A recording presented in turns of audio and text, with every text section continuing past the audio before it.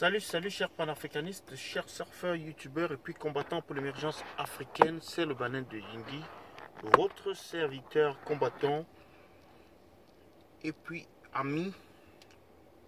J'ai donc aujourd'hui quelque chose à partager avec vous, une publication sur le mur de M. Christian Timbané Beaumont. Vous avez déjà entendu parler de ce nom.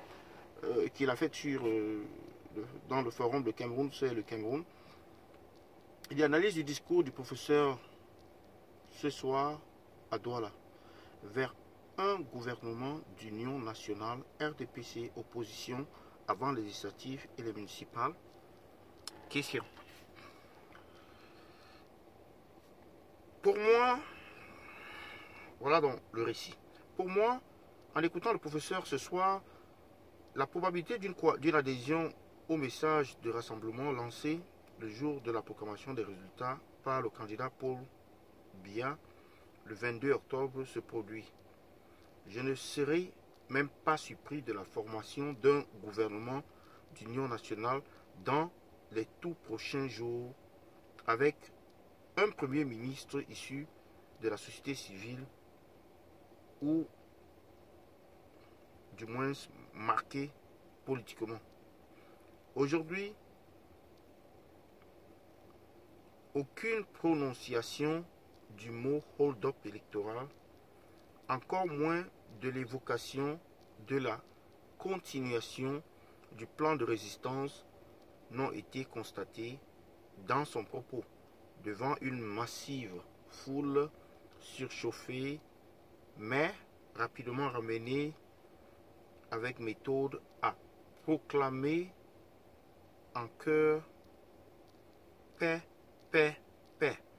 Le prof a même précisé que sa demande de recomptage des votes se trouvait surtout dans le sillage de la preuve historique et non plus comme la procédure de revendication de la victoire volée.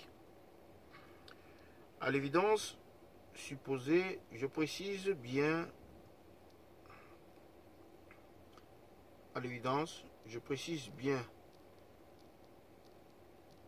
supposer, on peut profiter qu'il y a eu ou on peut suspecter, je crois peut-être, qu'il y a eu des tractations très serrées à Addis Abeba, lesquelles auront abouti à la promesse de l'adoption d'un nouveau code électoral consensuel.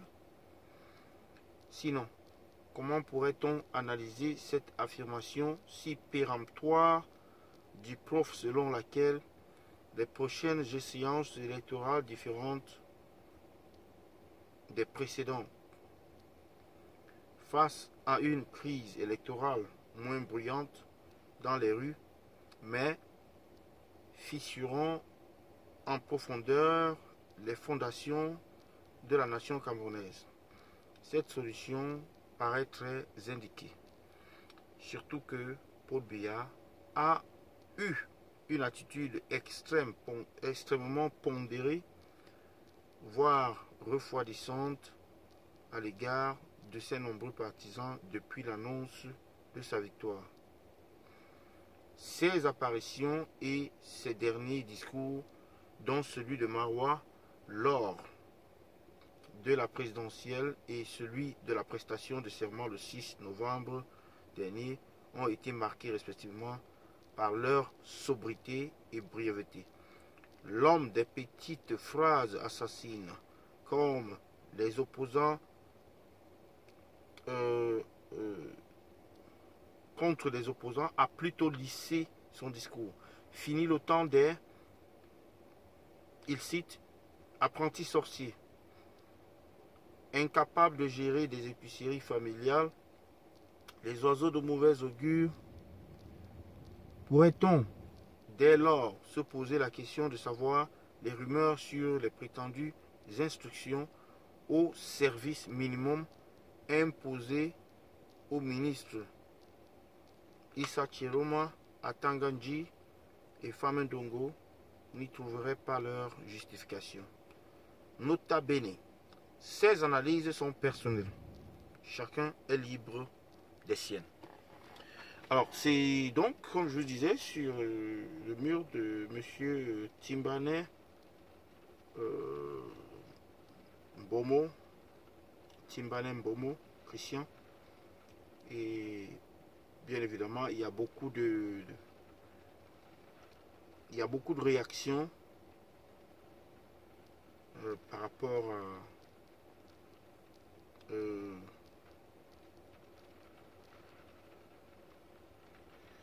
il y a des gens qui disent, il a dit qu'il fera une sortie dans des jours à venir sur l'avancée des choses et même au sujet des prochaines échéances, il a parlé les mêmes causes qui produisent les mêmes effets. Ça, c'est la clé. Il disait qu'il n'abandonnera jamais quoi si ce n'est pas cette victoire volée. Oui, là, ça résume pratiquement...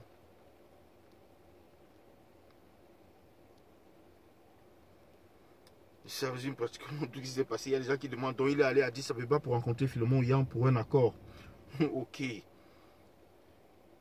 Ça tire un peu...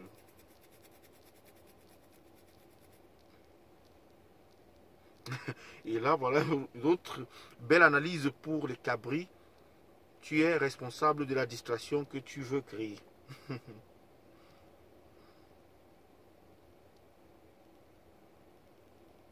L'autre il dit, le prophète a toujours dit qu'il ne nous trahira jamais. Donc, pas d'entrer dans ce gouvernement de vampires.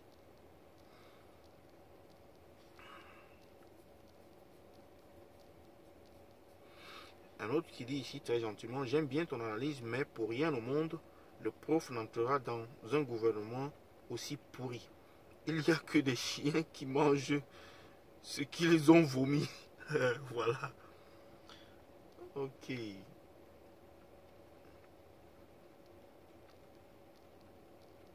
L'autre dit la marche, il s'est rendu compte que la marche vers l'insurrection est sans issue.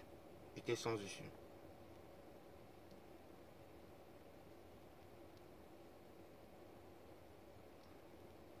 Quelqu'un dit là, je dirais plutôt que la sortie de Boris Kamto est dans une démarche pacifiste et méthodique qui vise à ne pas faire perdre de vue aux élections, aux électeurs les prochaines échéances électorales sans que celles-ci n'enlèvent en rien le fait que la victoire du peuple a été volée.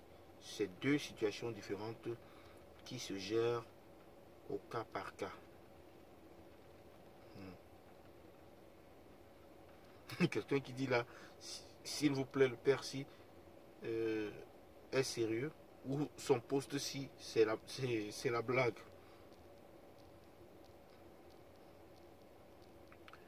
Bon.